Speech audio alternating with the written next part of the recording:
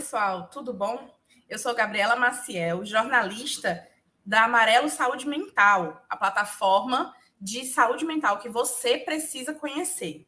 E eu estou hoje aqui apresentando Um Toque de Amarelo, o podcast que fala sobre saúde mental, sobre empreendedorismo, sobre negócios e sobre muita coisa boa.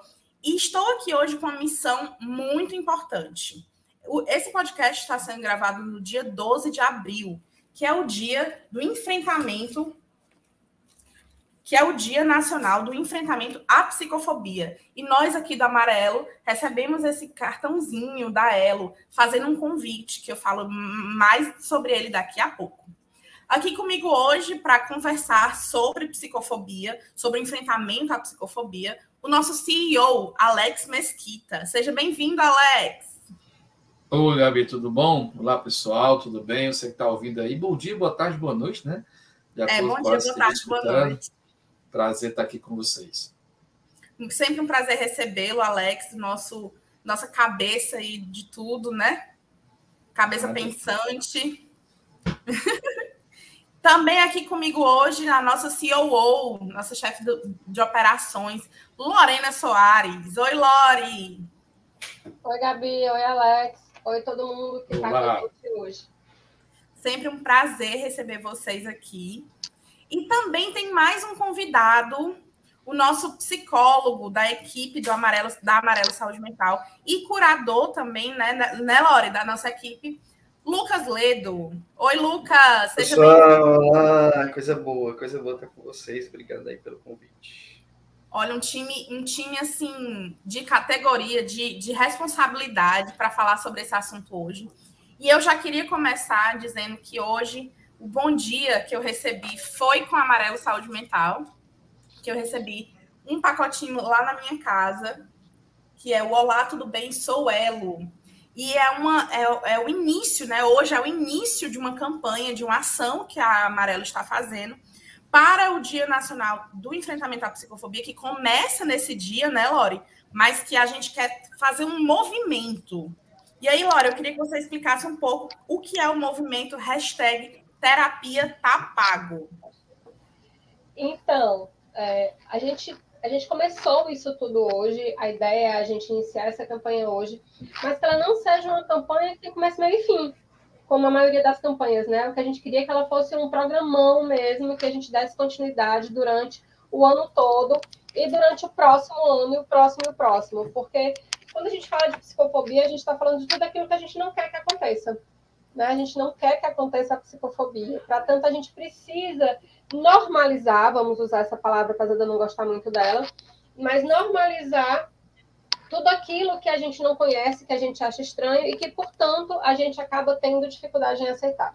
Então, falar sobre saúde mental e falar sobre os transtornos mentais é o que a gente quer. E aí a campanha vem do #terapia-tá-pago para a gente começar a mostrar para as pessoas que está tudo bem fazer terapia. É importante a gente fazer terapia, é importante a gente cuidar da nossa cabeça, do nosso autoconhecimento, né? Para que isso aconteça. Quanto cuidar do corpo, né? Tanto quanto cuidar do corpo, tanto quanto ir, por exemplo, para a academia, ir, por exemplo, fazer um passeio. A gente costuma usar a #tá-pago quando a gente vai fazer coisas que a gente colocou como meta. E aí a gente paga essa meta. Então, o que a gente quer é incentivar as pessoas a colocar a terapia como meta também, né? E aí, o que a gente gostaria é que sempre que as pessoas fizerem terapia, ir lá no seu stories, ir lá no seu feed, fazer uma postagem e colocar a #terapia-tá-pago. Para a gente poder difundir isso no Brasil como um todo. Naturalizar a terapia, né? Já que você gosta da palavra normalizar, né? Trouxe outra para ti. E aí, hoje eu quero dizer aqui, nesse podcast, que já fui para a minha terapia hoje, já fui para a minha academia hoje, está tudo pago, graças a Deus. Então, já botei aqui o meu #tá-pago, viu? Adorei.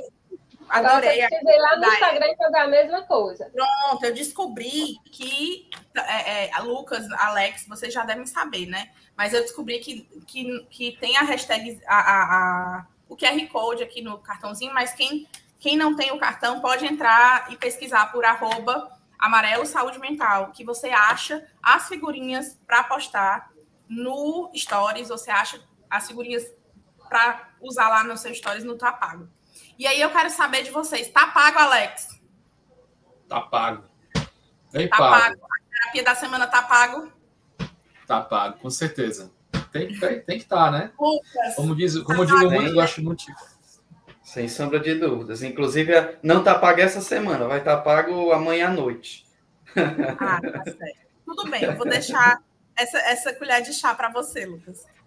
E aí, gente, eu quero começar perguntando como foi que surgiu esse dia? Porque hoje é o Dia Nacional do Enfrentamento à Psicofobia, né? Quando foi que ele surgiu? Qual é a importância desse dia? O que foi que motivou esse surgimento? Ele veio através de uma lei, né, que foi lançada agora em 2021, né, teve essa lei que confirmou, né, a criminalização do preconceito, né, com a psicofobia. Então, se tornou lei e a partir daí eu acho que a gente tem que lutar cada vez mais contra a psicofobia, né? Claro que já existiam campanhas antes, a gente já falava sobre isso, mas o que eu queria colocar hoje é que a gente tá sendo protegido por todo mundo agora, inclusive pela legislação do nosso país. Hoje a psicofobia é crime, né? E eu fico muito feliz de poder dizer isso, né? Que a gente tem a justiça hoje trabalhando junto com a gente para normalizar ou para naturalizar, né, o cuidado com a saúde mental, para a gente entender que o ser humano é um ser completo, né? E eu fico muito feliz de poder hoje falar sobre isso, de forma que o ser humano é um ser integral, né? E que, portanto, a gente consegue hoje falar sobre isso com mais naturalidade, consegue dizer para as pessoas que têm transtorno mental que está tudo bem, que elas aos poucos, elas vão entender que vão ser mais acolhidas pela sociedade, né? Eu fico muito feliz de poder falar. Não precisa mais temer, além da doença, além do transtorno que a pessoa tem, não precisa temer as pessoas, né? Não precisa temer o olhar, o julgamento dos outros. E aí, Lucas, como psicólogo, como curador aqui da Amarelo, eu gostaria que você dissesse para o nosso ouvinte o que é psicofobia. Bem, para a gente se falar sobre psicofobia nessa natureza que a gente se encontra hoje, ou seja, onde estruturas jurídicas já trazem para a gente essa assistência, é importante a gente falar sobre como a gente se construiu socialmente falando até a gente chegar hoje nesse estado, né? Porque a gente fala sobre psicofobia como ato de preconceito a pessoas que sofrem psiquicamente falando, mas não só nos transtornos mentais. A gente precisa falar sobre a psicofobia estrutural. O que é uma psicofobia estrutural? É o ato para com o outro de preconceito, desdenho, desrespeito, intolerância acerca das questões emocionais do dia a dia. Então, a tristeza, a ansiedade... Isso é besta. Isso, né? Isso. É importante a gente saber onde inicia a psicofobia.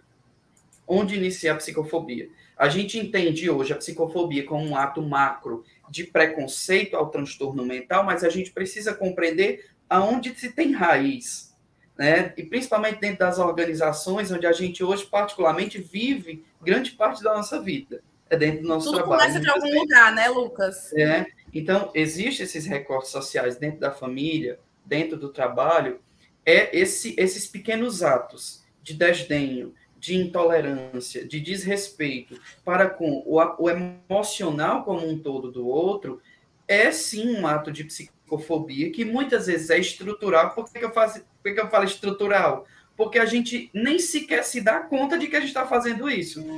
Então, a gente tem aquelas nomenclaturas de você é doido, você precisa se internar, você é uma fase, vai viajar ou alguma coisa do tipo, deslegitimando um certo estado emocional do nosso colega, da nossa colega, isso é um ato de psicofobia.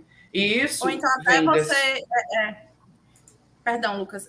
Você vê o seu colega passando por uma coisa, uma crise, e aí ele tá chorando, você diz, isso é besteira, isso não tu tá preocupado por isso, né? De diminuir a dor do outro, coisa e tal. Exato. E assim, a gente precisa olhar para isso também com um olhar não julgativo.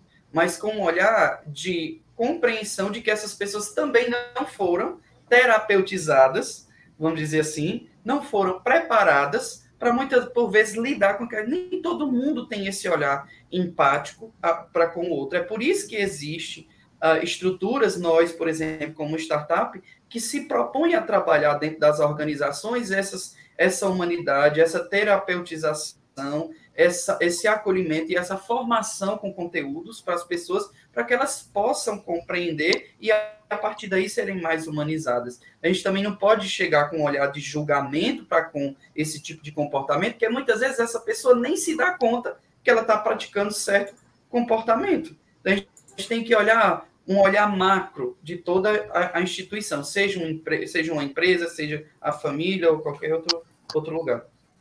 E aí, você falando isso, Lucas, me veio à mente o Alex, né? De uma posição de CEO, de uma posição de diretor de hospital, que lida com isso, né? Muito no dia a dia, né, Alex?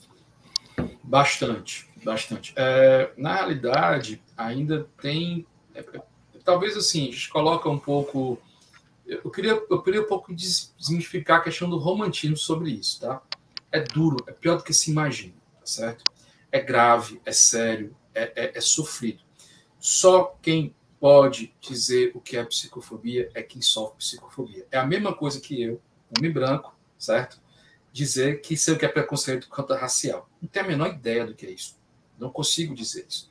Então, só quem sofre, só quem já sofreu, só quem vive isso no dia a dia consegue dizer o que é isso. É doloroso.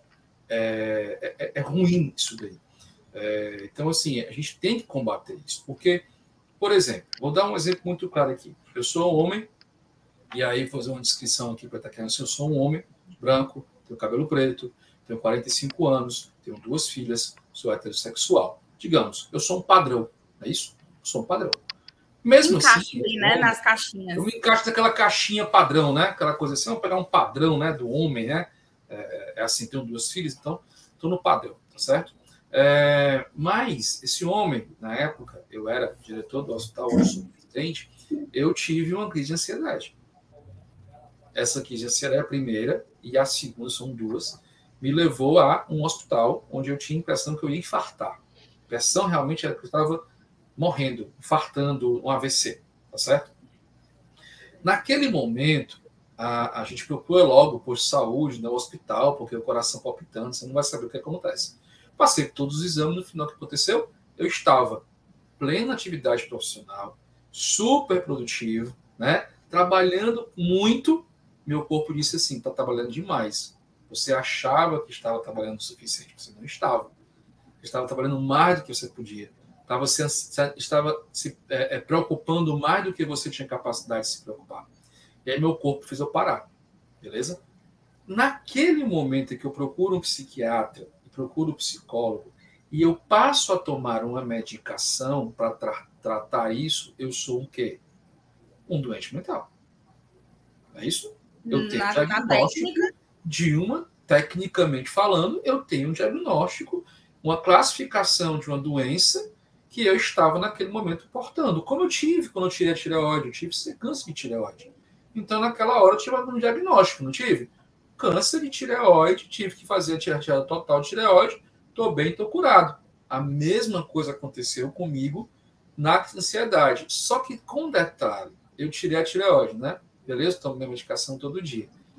Eu sei que hoje o Alex, que tomou lá a medicação durante 6 meses, que se tratou com psiquiatra, que se tratou com psicólogo, ele não pode mais viver daquela forma. Porque o meu corpo já disse que se eu for para aquele mesmo formato, ele não vai suportar. Ele vai pifar de novo. Alex, se eu disser para você que eu passei por... Se você me conhecer e você olhar para mim e eu disser isso para você, algumas pessoas dizem assim, não é possível que o Alex, presidente do nosso lar, CEO do Amarelo, né, super produtivo, tenha acontecido isso com ele. Isso é absurdo. Não, pessoal. Não é. Isso não é absurdo. Então, já aconteceu comigo, tá, Gabriela, Lucas e Lori, que está escutando, de que quando eu relatei isso, pessoas vieram. Olha como a psicofobia é pesada. por fora, sem ninguém ver e dizer, cara, pois é, tu teve isso que eu também tive, né? Ô, cara, como é difícil. A pessoa não tem coragem de falar na frente de ninguém, sabe? Com medo de ser repreendida ou percebida diferente ou tratada de forma diferente. Quando eu falo isso muitas vezes em algum lugar, tá, Gabriela? As pessoas me olham estranho ou até olham assim, como é que pode? É possível? Depois querem passar comigo no escondido, porque ela não quer dizer que ela passou por aquilo também. Olha o medo, né? Fobia, né? Olha o medo que ainda existe de dizer que eu tive um caso de transtorno em que eu tive que adoeci e que me tratei. Então, Lorena, Lucas, eu digo assim, eu sou entusiasta, eu sou um executivo, mas eu não sou um técnico da área. Como é que a gente faz isso? Como é que pode ser assim? Eu estava pensando, Alex, que você falou, antes, né, de dar a palavra aí para o Lucas e para a Lore, que é como se tivesse um limite, né? O corpo aguenta até certo limite. Depois que você rompe esse limite, que você ultrapassa, me corrijam se eu estiver errado, os psicólogos, depois que você ultrapassa esse limite, não dá para voltar atrás. Né? Você fica sempre com aquela marca do rompimento do limite, né? Você fica sempre com aquela lembrança de quando você teve aquele episódio, que você passou mal, né? Lucas, Lore, tem sentido isso? Eu vou pegar esse gancho que você está dizendo, o Gabi, do sofrimento, e quero colocar também que a gente imagina um sofrimento duplo em um ato de psicofobia na vida da pessoa. Porque se você já está adoecido, psiquicamente falando, com todas as dores que ela já acomete, e a pessoa tem que se virar, muitas vezes até sem ajuda, porque ela não sabe o que está acontecendo, é muito subjetivo, ela não sabe o que procurar, aonde procurar, e já tem todas essas dores que são próprias do adoecimento, e ainda existe por trás esse certo preconceito e essa intolerância de colocando em questionamento a condição de saúde daquela pessoa. Vocês imaginam que isso é um adoecimento em duplo? É um sofrimento que é colocado de forma ainda mais pesada. E na realidade, eu acho que isso é que é um grande contingencial de adoecimento maior nos atos de psicofobia, porque a psicofobia estrutural ou não, ela é adoecedora. Então, isso é um dos fatores que geram ainda mais adoecimento. Você já está ali tentando lidar com a situação, né? E ainda por cima tem que lidar também com as outras pessoas lidando com você, né? Imagina só você doente, vamos colocar aqui exemplo, você está com a perna quebrada, e a pessoa vem, tasca o dedo na perna, tá com o murro na perna e diz assim, não, sua perna tá boa, pode levantar. Sua perna tá ótima, pode andar que você tá ótimo. Imagina só. Aquele exemplo que Lucas tem um exemplo que eu uso muito, que é o da asma, né? Que as pessoas dizem para alguém que está com depressão, mas você tem tantos motivos para ser feliz, a sua vida é tão boa, você é tão lindo, sei lá o quê, tem tantas coisas. Mas não chega para uma pessoa com asma e diz, mas tem tanto ar aqui para respirar, respire, né? Tipo assim, as doenças mais ligadas ao corpo são consideradas sérias, né? E as doenças da mente são consideradas besteira.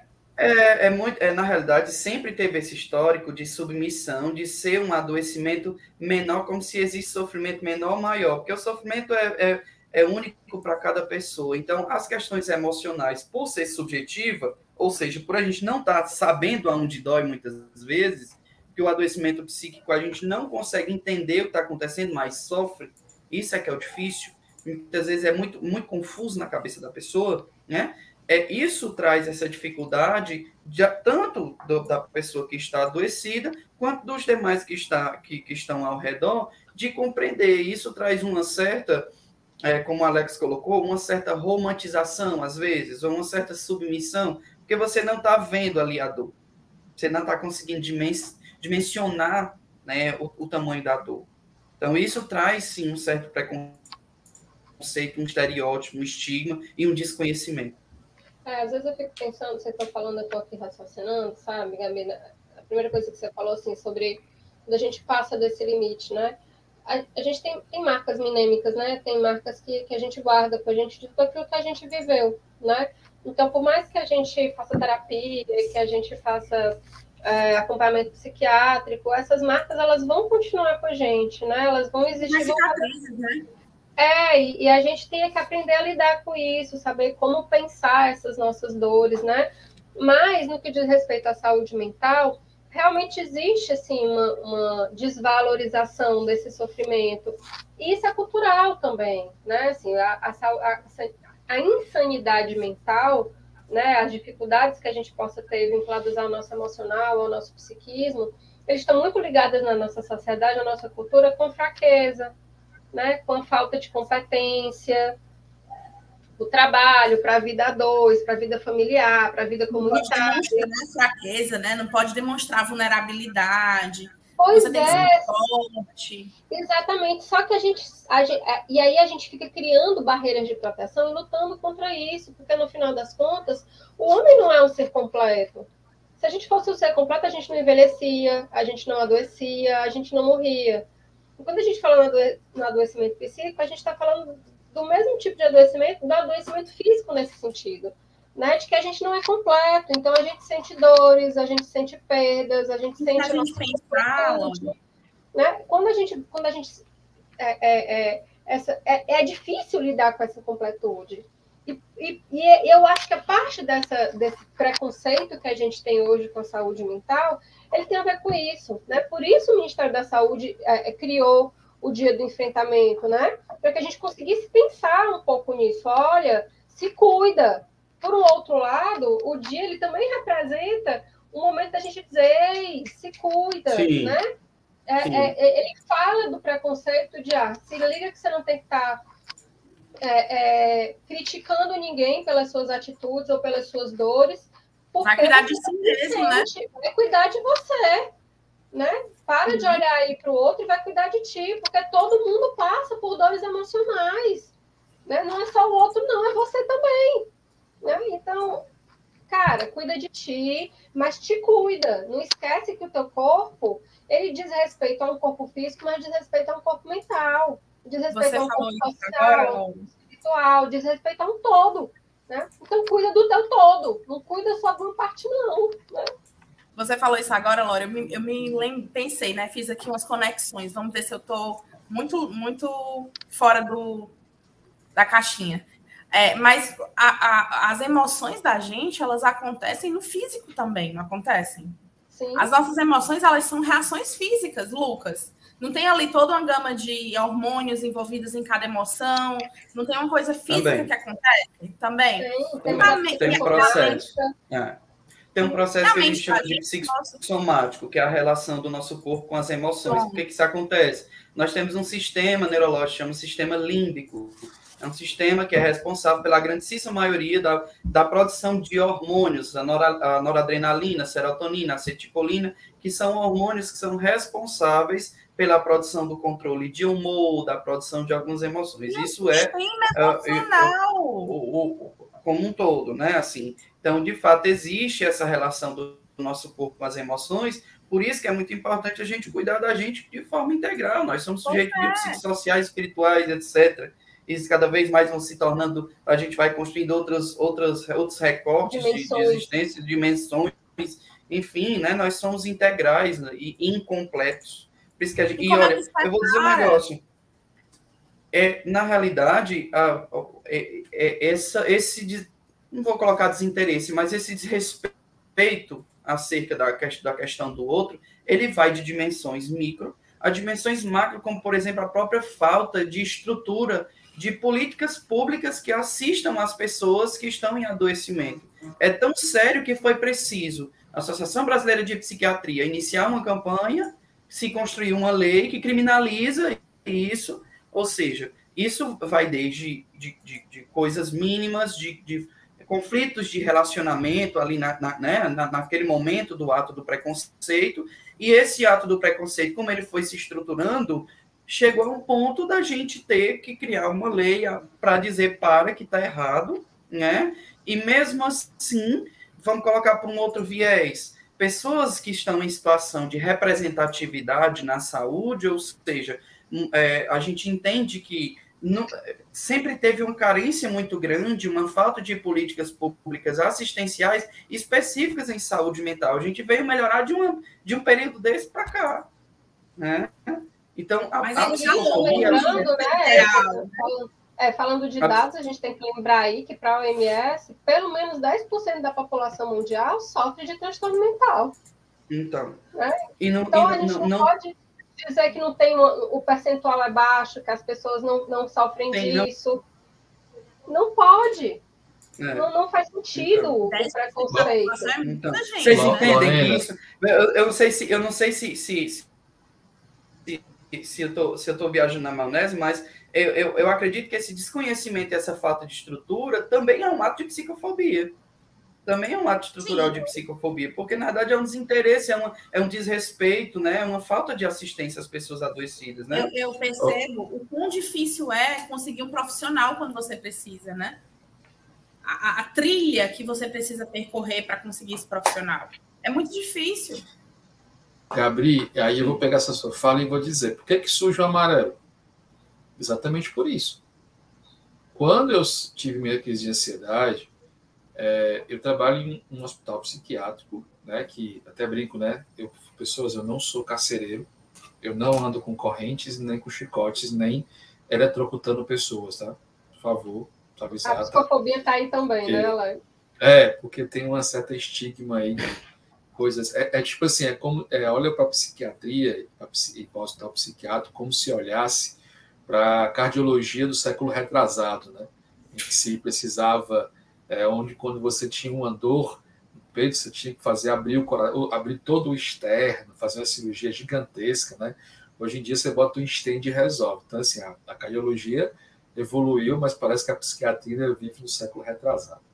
Enfim, então, lá no contexto de saúde realmente médico, internação, todo paciente, Lorena também está aqui, Lorena participou durante, né, Lorena, quase 5 anos, né, como gestora da unidade de saúde mental também, que é o CAPS, que faz parte para quem, até para a gente poder educar, né, pessoal, vamos fazer aqui um pouco para as pessoas entenderem como é que funciona, certo? Existe uma rede de assistência psicossocial dentro do SUS, Sistema Único de Saúde. Essa rede hoje é formada por ambulatórios de rua, pelo CAPS, né, que é o Centro de Assistência Psicossocial, pelos hospitais psiquiátricos e pelas RTs. Tem também o hospital dia e, no final, terapêutica, tá certo? Ambulatório, os UPAs, né, atendimento ali de primário, você vai lá e é atendido ambulatorialmente. CAPS, né, Lorena? Para explicar o CAPS.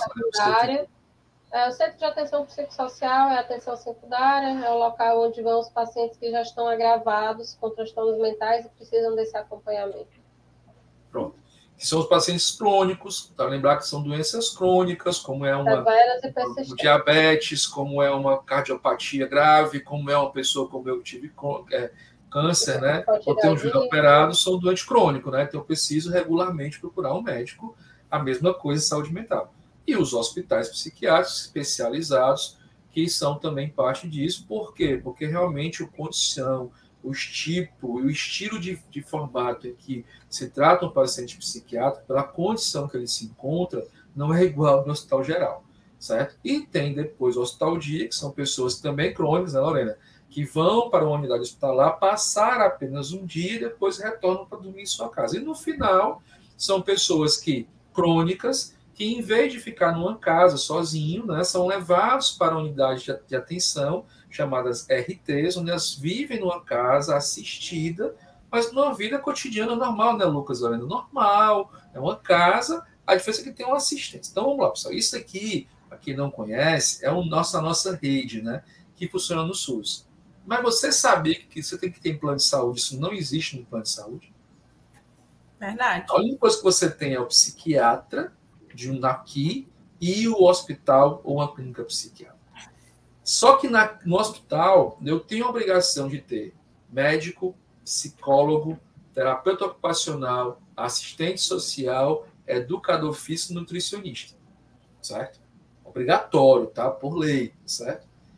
Quando eu me deparei, que eu procurei assistência, eu só tinha a opção do psiquiatra. Mas por que eu perguntei, por que cargas d'água, né? Como diz? eu tenho isso tudo quando eu estou internado, eu tenho isso, né, Lorena, no CAPS, no mínimo tem lá o psiquiatra, o psicoterapeuta, né, Lorena, e assistente social. E por que eu pago o plano de saúde e não tenho acesso nem a psicólogo? Porque vá você tentar marcar uma consulta com um psicólogo para você ver uma coisa no plano de saúde. Lore passou quanto tempo para conseguir para o teu filho? Eu não consegui, na verdade, porque quando eu consegui, o rapaz não atendia. 2 anos. 2 anos. Então, isso me chamou muita atenção. Então, ou seja, existe uma parcela da população que está pagando, está desassistida. E o acesso é simplesmente difícil. Não existe. Desculpa, quem achar e dizer que uma pessoa que tem transtorno mental é tratada só com psiquiatra, está errado. Desculpa, não consegue. Não é. É multidisciplinar, pessoal. Está na legislação, está no dia a dia da gente. Então, o psicólogo faz parte, sim, do contexto de tratamento. Até porque algumas pessoas, como o meu caso, Alex, eu deixei de tomar a medicação porque o médico me indicou que eu não precisava mais da medicação. Mas eu preciso continuar o tratamento terapêutico. Né? E às vezes, Alex, a terapia nem é um transtorno. Então, só para terminar, olha como está desconectada a coisa, né?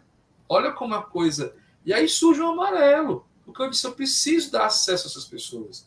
Eu preciso dar acesso às pessoas. E outra coisa, pessoal.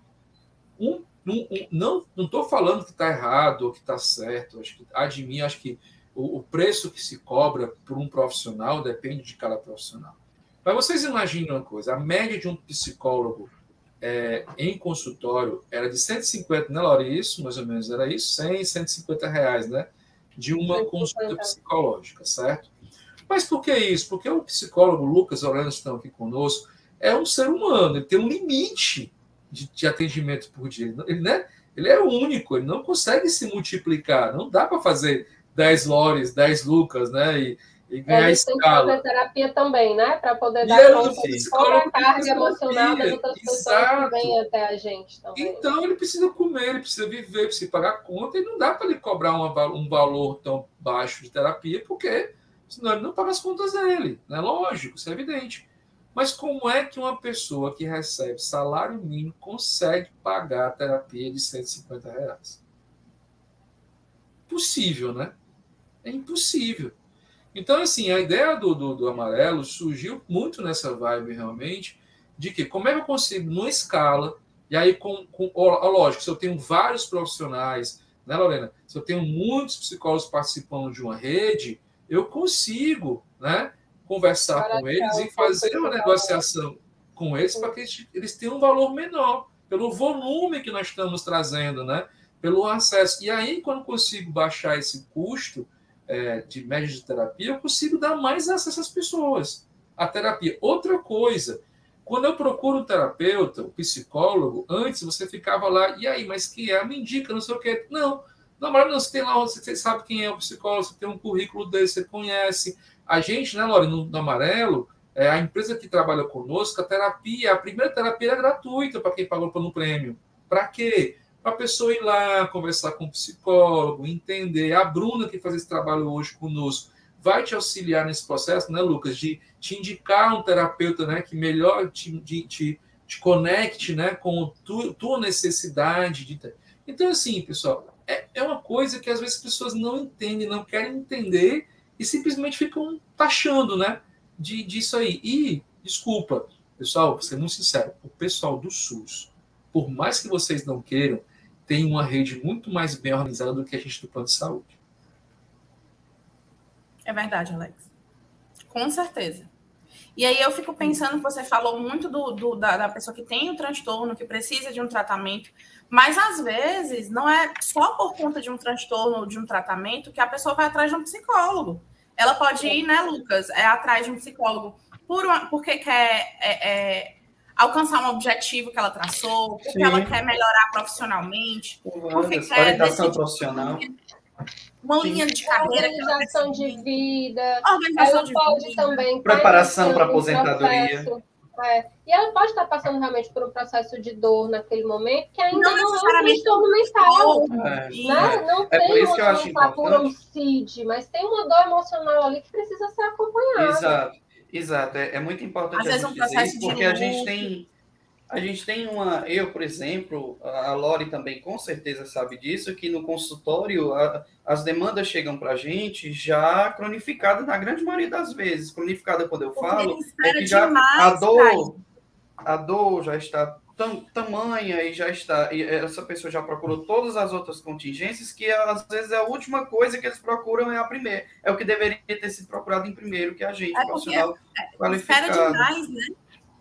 Espera Exato, demais, a talvez dor vai pelo entrar próprio muito. desconhecimento. É por isso que eu acho interessante a proposta da Amarelo Saúde Mental em levar conteúdos de promoção, porque é só na promoção que a gente consegue fazer muita coisa. A gente consegue A prevenir psicoeducação, promovendo. né?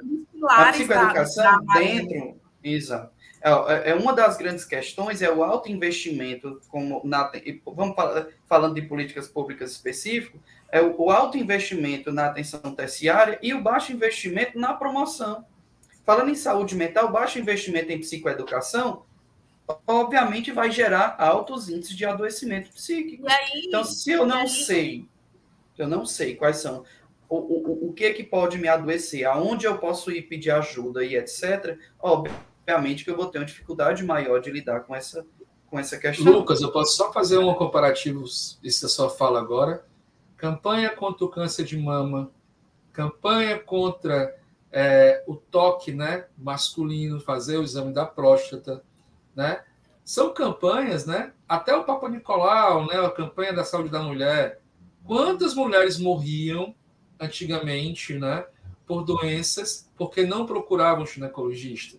Quantos homens morreram de próstata porque não fizeram o exame de toque? O que foi feito, nem Lucas? Sobre saúde, educação, né? Campanhas educativas incentivando o homem, incentivando a mulher a fazer autoexame, a desmitificar a masculinidade, a besteira de não fazer o exame de próstata, né, que existia. E só assim, ainda assim tem índices altos, né? Mas só assim diminuiu. Por que isso não é feito na saúde mental, né, Lucas? Mas tá Não, assim, ó. Eu vou colocar até o exemplo, daí a Lore está mostrando a nossa campanha do Tapago, que é incentivar a educação. A educação ela é estrutural. Eu gosto muito de dizer isso. Eu gosto muito dessa palavra e é educação estrutural. É quando a gente entra dentro da vida da população e se compromete a educar de acordo com a realidade de cada pessoa. Ou seja, eu vou usar aqui o exemplo do cigarro. Antigamente, anos 70, anos 80, todo mundo tinha a prática de fumar. Todo mundo era fumante. Era o que foi que aconteceu? Nós tinha um outro olhar, um outro prisma. O que foi que aconteceu? Nós tivemos um boom de cânceres diversos por conta dessa problemática. Nós tivemos uma questão gigante de saúde pública, de adoecimento. A gente começou a trabalhar ferrenhamente na educação, nessa campanha de contra o cigarro, de contra a nicotina, do faz mal, mas a gente não disse simplesmente não fume. A gente parou de dizer não fume, a gente começou a dizer, se você fumar, você vai ter isso, e você começou a apresentar essas consequências de forma educativa nos meios de comunicação, na construção de políticas como um todo. Foi o que aconteceu, a gente reduziu significativamente o número de fumantes no país. Então, por que a gente, entendendo hoje a saúde mental como algo tão amplo que é, em termos de prejuízo, nós temos aí um alto índice de adoecimento hoje em dia, e a gente ainda não começou, dentro das políticas públicas, investir nisso. E Amarelo, obviamente, que vem com essa proposta de trazer a educação, e eu, enquanto profissional de saúde mental, vanglorio e sou muito fã de promover saúde mental dentro da psicoeducação, porque é só aí que a gente previne e não tem prejuízos futuros, né? Porque às vezes a gente até tem como uma remissão numa cronificação, num adoecimento mental, mas é muito mais trabalhoso, é muito mais adoecedor, é muito mais prejuízo para a rede e para a pessoa do que a gente prevenir, que a gente educar, né? E aí, mas Lucas, eu concordo totalmente com o que você disse, e eu acho que o surgimento de dias como o de hoje, o Dia Nacional do Enfrentamento à Psicofobia, é um começo. Ainda é um começo muito tímido, ainda é um começo que ainda tem muito pela frente, mas é um começo, é uma reação em cadeia. A Amarelo está aqui para promover, promover a psicoeducação, através do podcast, através das trilhas educacionais, através da plataforma, através dos atendimentos, e eu acho incrível o trabalho que a Amarelo faz, eu acho que a gente tem que seguir sempre em frente. E aí eu queria agradecer a vocês hoje por essa conversa, que foi, assim, muito esclarecedora.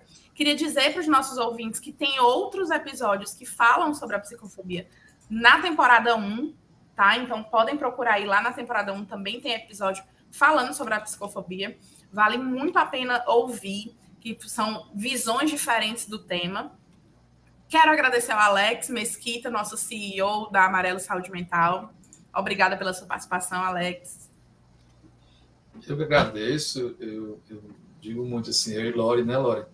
A gente pensou lá, quando eu pensei o projeto, que eu escrevi lá minhas 8 páginas do projeto, depois que a gente começou a conversar, eu acho que foi sempre o nosso norte, né? Desde o começo, tem uma coisa que o Amarelo nasceu, que ele faz e que ele vive, é educar as pessoas sobre saúde mental e o combate à psicofobia. A gente acredita que se isso acontecer, se as pessoas conseguirem chegar no nível de educação, elas vão conseguir sim se cuidar, porque é só assim que a gente se cuida. E tem aquela máxima, né, Laura, que a gente sempre fala, o nosso sonho é que um dia dizer que eu vou ao psiquiatra ou ao psicólogo seja tão tranquilo e simples como é dizer que eu vou ao dentista. E eu gosto de explicar. Quando eu estou com a dor de dente, eu não espero para ir ao dentista. Ela é uma dor incapacitante. Alguém já teve uma dor de dente? Conseguiu trabalhar com dor de dente? Não. A dor emocional, ela é tão ou mais incapacitante do que uma dor de dente. Mas nós temos vergonha de procurar um profissional com medo de dizer que estamos com uma dor emocional. Então, urgente, né, se Alex? você cuida da dor de dente que te incapacita, por que tu não cuida da tua dor emocional que também te incapacita? Esse é o grande questionamento. Pois tá aí. Gostei, viu? É tão urgente quanto, né? E vamos cuidar aí das nossas dores emocionais, que a gente aprendeu hoje, que não é só emocional ou física, é tudo junto, tudo em conjunto, não dá para separar, né? Até porque o nosso emocional tem um sistema físico também, né? Como a gente descobriu hoje. E eu quero agradecer a nossa COO, Lore Soares. Muito obrigada, Lore. Imagina, para mim é uma honra estar aqui nesse dia. Eu acho que todos os dias 12 de abril eu tenho que estar aqui, né? A gente tem que repetir e cada vez a gente conseguir difundir mais essa campanha. É uma campanha que eu tenho certeza que vai ser uma campanha eterna do Amarelo, porque a gente nunca vai desistir de lutar contra a psicofobia, a gente nunca vai desistir de estar lá lutando pela prevenção, pela promoção da saúde mental. É isso que nos motiva, é o nosso grande propósito dentro do Amarelo. Então, que a gente tenha muitos outros dias como esse, que a gente entre na campanha Terapia Tá Pago, né? Vai lá no Instagram, faz a tua postagem, bota a tua hashtag, né? Só botar lá naquela procura dos desenhos Amarelo Saúde Mental, você vai ver que vai aparecer um monte de GIF ali, você escolhe o que é que você vai mais gostar, que tem um monte de coisa legal lá dentro para você brincar com isso. Então, vai lá e faz, porque é muito importante a gente conseguir difundir. Difunde com os amigos, vai mostrando para todo mundo, porque a gente precisa que as pessoas entendam o quanto é importante a gente se prevenir em psicoeducação, tá bom? E aí, Lucas, muito obrigada pela sua presença. Sempre uma presença muito ilustre aqui num Toque de Amarelo. Adoro recebê-lo. Olha, eu quero dizer que é um desafio gigante se juntar a todos vocês, porque a questão do tempo é um desafio, porque a gente fala de falar sobre, que acaba se tornando um desafio. Somos mas de fato é muito bom.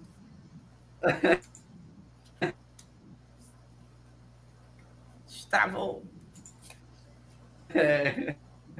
Profissional enquanto pessoa, eu enquanto profissional enquanto pessoa, trazer um pouco do meu conhecimento e promover isso tudo, a gente consegue entender que nós temos aí uma parcelazinha de responsabilidade, e se juntar Amarelo com essa missão é algo de uma grande honra para mim. Então, muito obrigado pelo convite. E conte com a gente, nos siga nas redes sociais, nós estamos aí com uma série de conteúdos, como a Gabi já colocou. Não deixe, não hesite, vai no smartphone, já segue a Amarelo e a gente tem aí um monte de coisa boa para mostrar para vocês. Então, aproveitando o gancho do Lucas, você que é nosso ouvinte de Um Toque de Amarelo, que está sempre trazendo muita psicoeducação, combate à psicofobia nesse dia importantíssimo aqui para a gente, segue as nossas redes sociais no @Amarelo Saúde Mental, pelo LinkedIn, pelo Instagram, pelo Facebook, a gente tem todas as redes aí. Olha o nosso YouTube, que também a gente está aqui no Um Toque de Amarelo em todos os canais de streaming e também agora no YouTube, né, com o nosso videocast. E sinta-se à vontade para fazer perguntas, para fazer pedidos. Mande a sua sugestão de tema. E lembrando, hein, #terapia tá pago. Vamos todo mundo encher esse Instagram, encher as redes sociais de #terapia tá pago. Eu quero ver amanhã, viu, Lucas? Amanhã pode deixar. Eu vou postar hoje, eu fiz a minha terapia de manhã, vou postar hoje a minha terapia, #terapia tá pago. E eu quero ver todo mundo fazendo também. Vamos naturalizar aí esse negócio, vamos deixar de psicofobia, né? Vamos começar. Passos de bebê, mas a gente chega lá. E eu quero agradecer a presença de todo mundo e a você, ouvinte, que está aqui conosco hoje. Um abraço e até o próximo Toque de Amarelo. Tchau, gente. Tchau, pessoal. Tchau, tchau.